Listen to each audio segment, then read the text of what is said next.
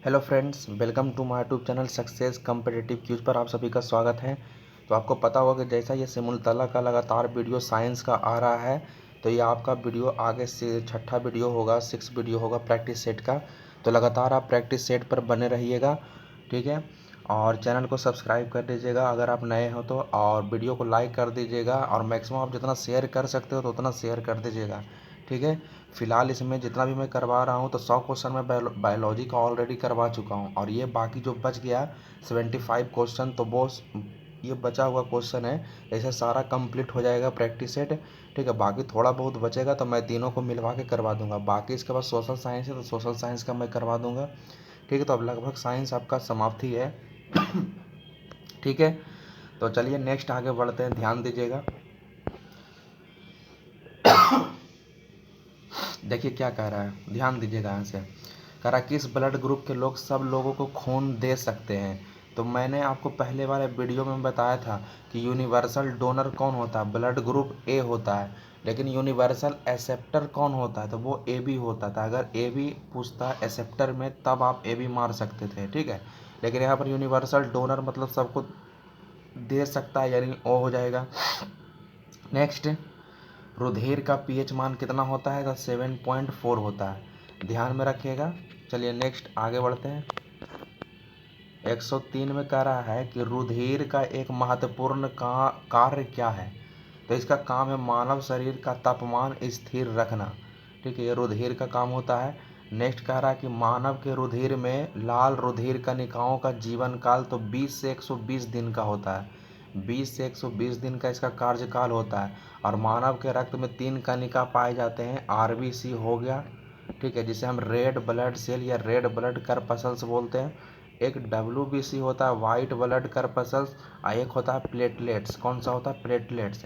ये ध्यान में रखिएगा, 3 तरह का होता है, ठीक है। चलिए नेक्स्ट आगे बढ़ते हैं।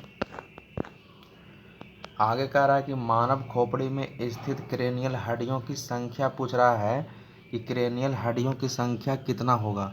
तो बताइए 105 का राइट आंसर क्या होगा, तो ये 3 नंबर हो जाएगा। और अगर आपसे पूछेगा कि चेहरा में कितना हड्डी होता है, तो चेहरा में आपका 14 हड्डी होता है, ये ध्यान में रखिएगा। आगे कह रहा पेशियों में थकान होती है, तो लैक्टिक अम्ल के कारण थकान हो जाता है। किसके कारण से होता है, लैक्टिक अम्ल के थकान के कारण। लैक्टिक अम्ल जब जमा हो जाता है तब पेशियों में थकान आ जाती है। और इस क्वेश्चन पर ध्यान दीजिएगा, ये क्वेश्चन बहुत मेन क्वेश्चन है, ठीक है। कह रहा है कि मनुष्य में कितने दांत जीवन में एक बार आते हैं, 2 बार नहीं पूछ रहा है, ये एक बार आते हैं। तो एक बार जो आता है वो 12 हो जाएगा, ठीक है। जब एक बार आपसे पूछेगा तो आप क्या बोलिएगा, ठीक है, 12 बोलना है। इसका लॉजिक थोड़ा सा समझ लीजिए। आपको पता होगा कि मनुष्य में, एक वयस्क मनुष्य में, बड़ा आदमी टोटल कितना दांत होता है, 32 दांत होता है। तो यहाँ पर ध्यान दीजिएगा कि एक बच्चे के 20 दूध के दांतों में से बच्चा में कितना दूध का दांत होता है, ठीक है। मिल्क टीथ मतलब दूध का दांत 20 होता है, ठीक है, ये ध्यान में रखिएगा। तो कह रहा है कि दांतों में से वयस्कता में 20 अस्थायी दांतों द्वारा प्रतिस्थापित हो जाता है। मतलब जब वो बड़ा हो जाता है ना, ये दूध का दांत जो होता है वो हट जाता है, ठीक है। पहले तो 20 का, पहले आपका 20 तो रहता ही है, लेकिन वो दूध का दांत होता है, और उसकी जगह ले लेता है कौन, परमानेंट टीथ, हमेशा के लिए, ठीक है।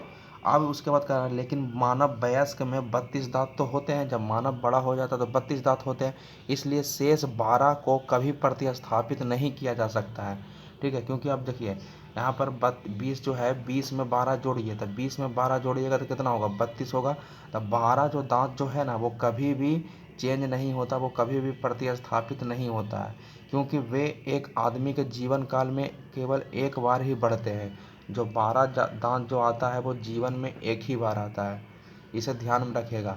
टोटल आपका 20 तो होता है, अब 20 में देखिए 12 जब आप जोड़िएगा तो 32 आ जाएगा, ठीक है। मतलब ये 12 दांत जो है वो कभी भी चेंज होने वाला नहीं है, प्रतिस्थापित होने वाला नहीं है। एक बार आ गया तो आ गया, उसके बाद नहीं होगा, ठीक है, इसे ध्यान में रखिएगा। अब देखिए यहाँ पर क्वेश्चन क्या कह रहा है कि मनुष्य में कितने दांत जीवन में, 2 बार पूछेगा तो 20 हो जाएगा, लेकिन एक बार पूछेगा तो 12 हो जाएगा, इसे ध्यान में रखिएगा। और आपको ये भी ध्यान रखना है कि मनुष्य में दांत जो होता है कितने प्रकार के होते हैं, तो दांत 4 प्रकार के होते हैं। कौन कौन, मैं यहाँ पर बोल देता हूँ इंसाइजर, इंसाइजर हो गया, ठीक है। उसके बाद होता है केनाइन, उसके बाद होता है प्रीमोलर। कौन सा होता है? प्रीमोलर, प्रीमोलर एक मोलर होता है, ठीक है। तो एक होता है इंसाइजर, उसके बाद होता है केनाइन, और उसके बाद होता है प्रीमोलर, और उसके बाद होता है मोलर। इसका संख्या भी कभी कभी पूछ देता है कि बताइए संख्या कितना होता है। तो आपको संख्या याद रखना है 8, 4, 8, 12, ये संख्या होता है। मतलब कहने का मतलब इंसाइजर पूछेगा तो 8 बोलना है, केनाइन अगर पूछेगा तो 4 लिखना है, और अगर प्रीमोलर करना है तो वो 8 हो जाएगा, और मोलर पूछेगा तो 12। ये दांतों की संख्या होता है, जो 4 प्रकार के दांत होते हैं। नेक्स्ट आगे बढ़ते हैं। कह रहा किस प्राणी की दृष्टि सबसे तेज होती है? तो गिद्ध हो जाएगा। नेक्स्ट कह रहा कि शरीर में ताप का नियंत्रण कौन करता है? ये बहुत मेन क्वेश्चन, इंपॉर्टेंट क्वेश्चन है, ध्यान में रखिएगा। हाइपोथैलेमस करता है। ताप नियंत्रण का काम कौन करता है? हाइपोथैलेमस।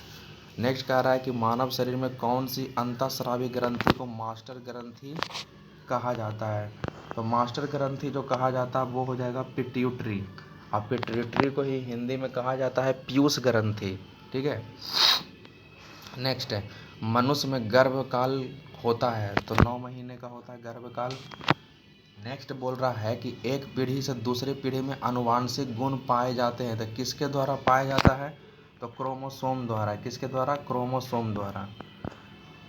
नेक्स्ट आगे 14 नंबर में क्या कह रहा है? 14 नंबर में कह रहा है एक वर्णांध व्यक्ति को किस रंग की पहचान नहीं होती है? तो उसे लाल और हरा रंग नहीं दिखता है। जो कलर ब्लाइंडनेस जिसे बोलते हैं इंग्लिश में, उसको हरा और लाल रंग का पहचान नहीं हो पाता है, ठीक है। नेक्स्ट बोल रहा है हीमोफीलिया में क्या होता था? हीमोफीलिया में रक्त का थक्का नहीं बन पाता है, ठीक है। ब्लड क्लॉटिंग हो नहीं पाता है, रक्त जम नहीं पाता है, ठीक है, हीमोफीलिया में।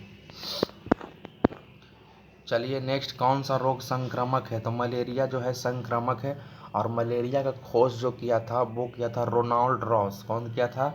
Ronald Ross. नेक्स्ट कह रहा है कि डिप्थेरिया का संबंध किससे है?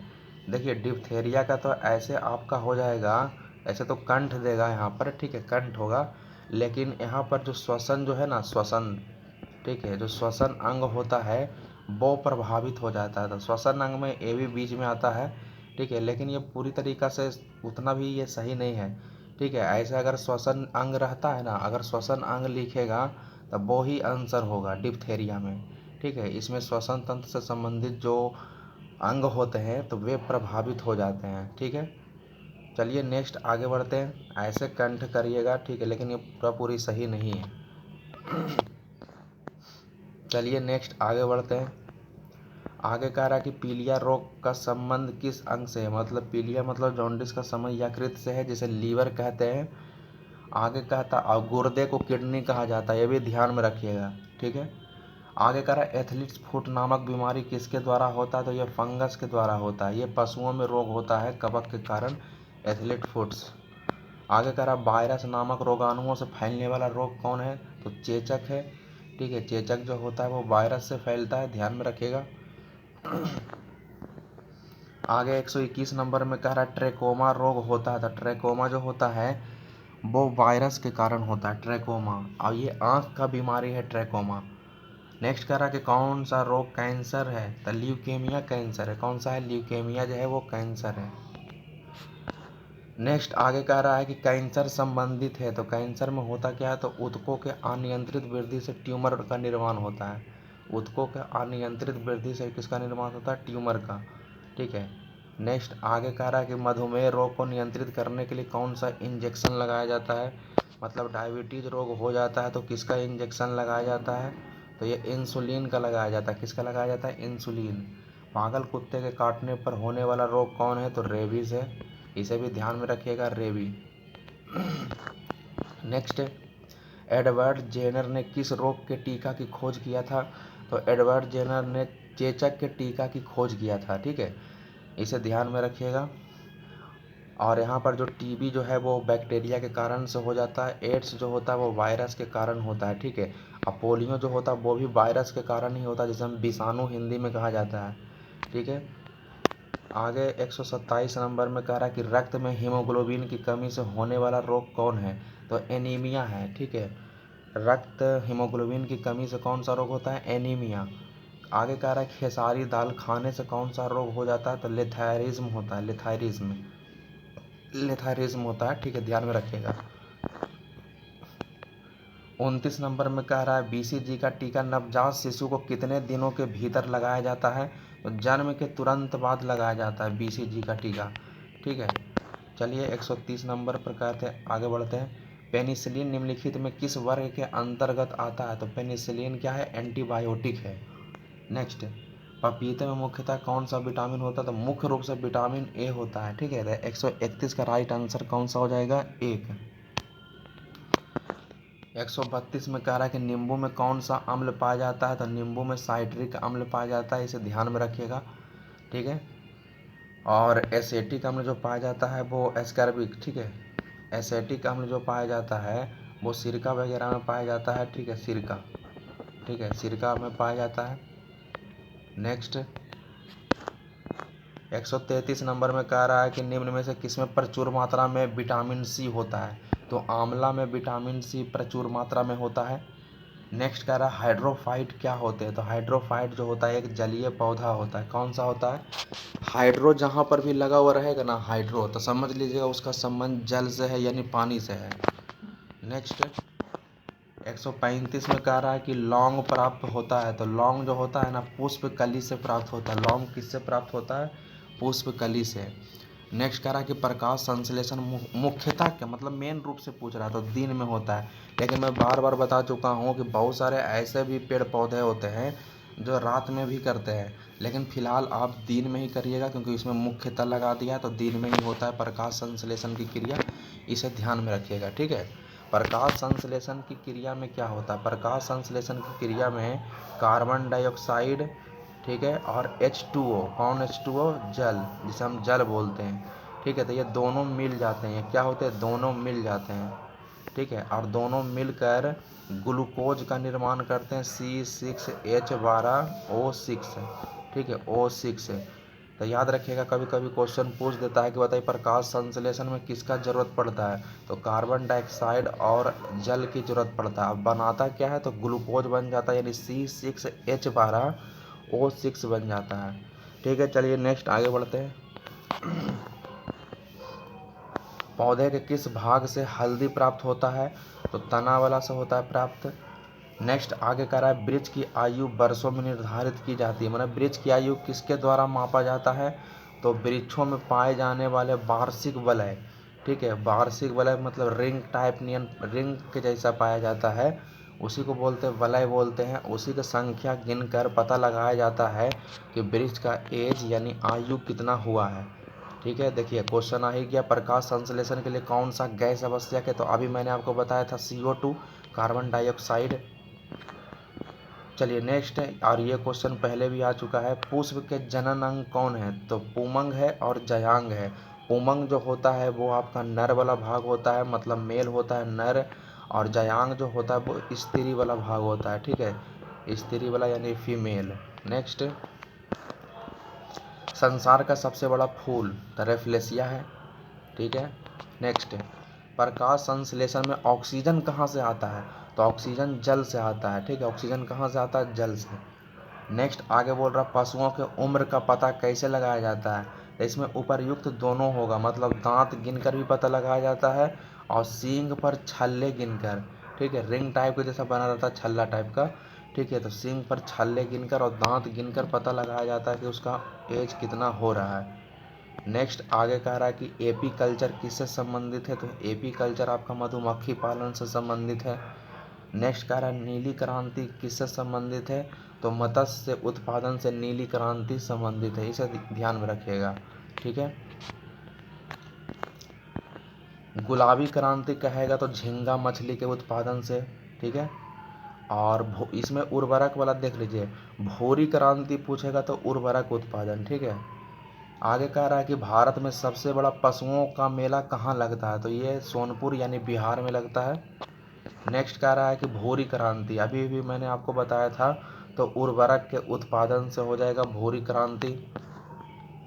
कह रहा है भारतीय पशु चिकित्सा अनुसंधान संस्थान कहाँ है, तो बरेली में है।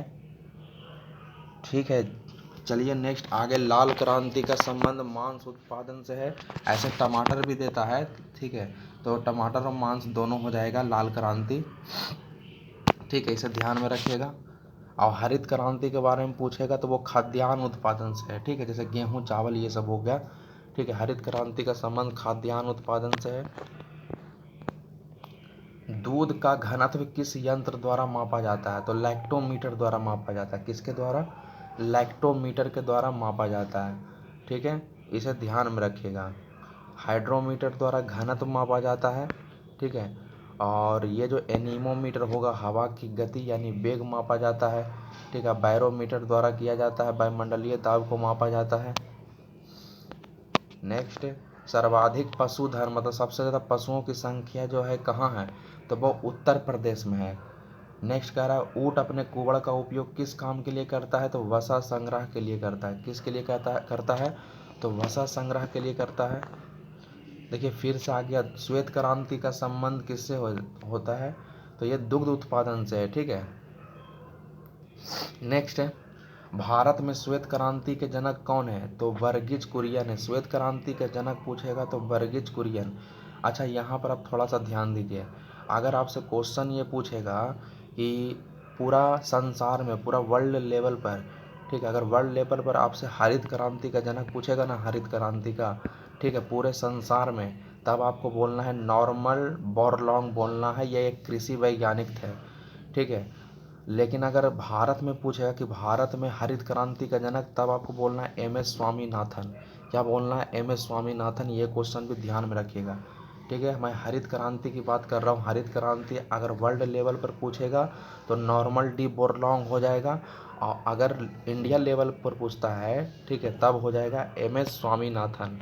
ठीक है, नेक्स्ट आगे बढ़ते हैं।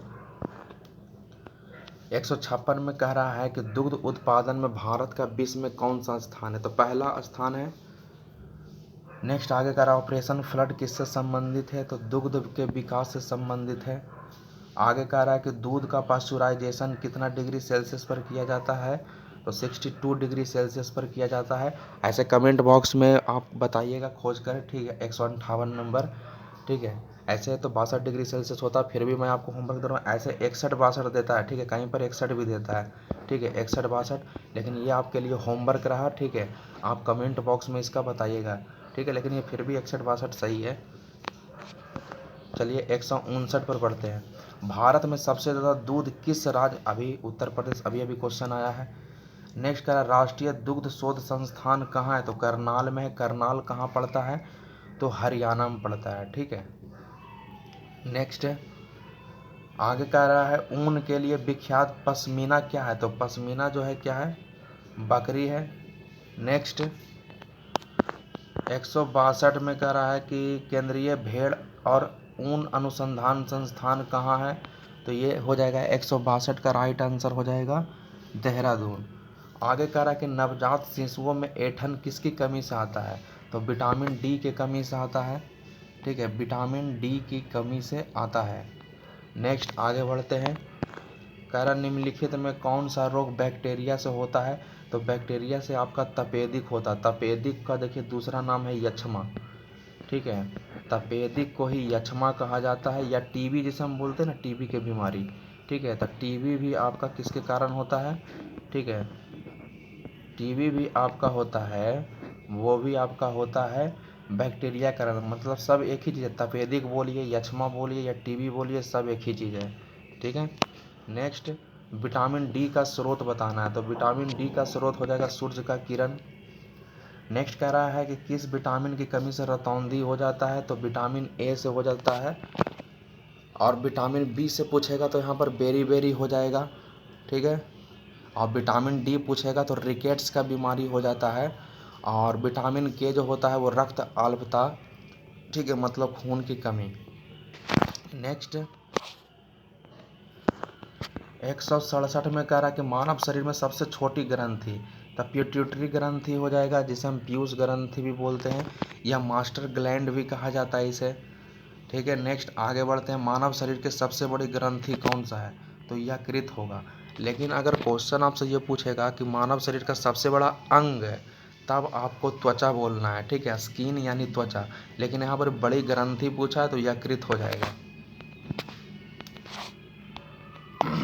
नेक्स्ट है, नेत्रदान में दांता के आंख का कौन सा भाग उपयोग में लाया जाता है? तो जब नेत्रदान दिया जाता है, मतलब आंख किसी को दान में दिया जाता है, तो आंख का कौन सा भाग दिया जाता है? तो कॉर्निया हो जाएगा। कौन सा हो जाएगा? कॉर्निया, ठीक है। ये क्वेश्चन काफ़ी बार पूछा जा चुका है। 170 में कह रहा है कि निम्न में कौन सा पक्षी आकार में सबसे बड़ा होता है? तो शुतुरमुर्ग हो जाएगा, और कीवी तो छोटा होता है। नेक्स्ट कह रहा है कि किस द्विबीजपत्री पौधे के फल भूमि के नीचे पाए जाते हैं? अब भूमि के नीचे कौन पाए जाते हैं? मूंगफली, ठीक है। नेक्स्ट है 172 नंबर में कह रहा है निम्न में से सर्वाधिक पर्यावरण अनुकूलन ईंधन कौन है? तो हाइड्रोजन। नेक्स्ट, चलिए नेक्स्ट आगे बढ़ते हैं।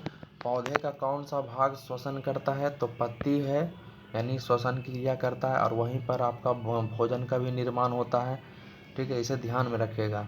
आगे कह रहा निम्न रेशों में से कौन पौधे के तने का उत्पाद नहीं है? तो कपास जो है वो तना का उत्पाद नहीं है, ठीक है, बाकी सब तना का उत्पाद है। और ये इस वीडियो का लास्ट क्वेश्चन है, और बताइएगा कि सिनकोना के पौधे के किस भाग से कुनैन प्राप्त होता है? तो तने के छाल से होता है। 1 नंबर इसका राइट आंसर होगा, ठीक है। तो ये कंप्लीट हो गया, ठीक है। बायोलॉजी का एक तरह से सेक्शन आपका कंप्लीट हो गया। तो ध्यान में दीजिएगा, मैंने आपको फिजिक्स कंप्लीट करवाया है, ठीक है, प्रैक्टिस सेट के रूप में। केमिस्ट्री भी कंप्लीट हो गया है, ठीक है। और ये एक बायोलॉजी जो 175 क्वेश्चन टोटल था, इसमें 2 वीडियो आया है बायोलॉजी का।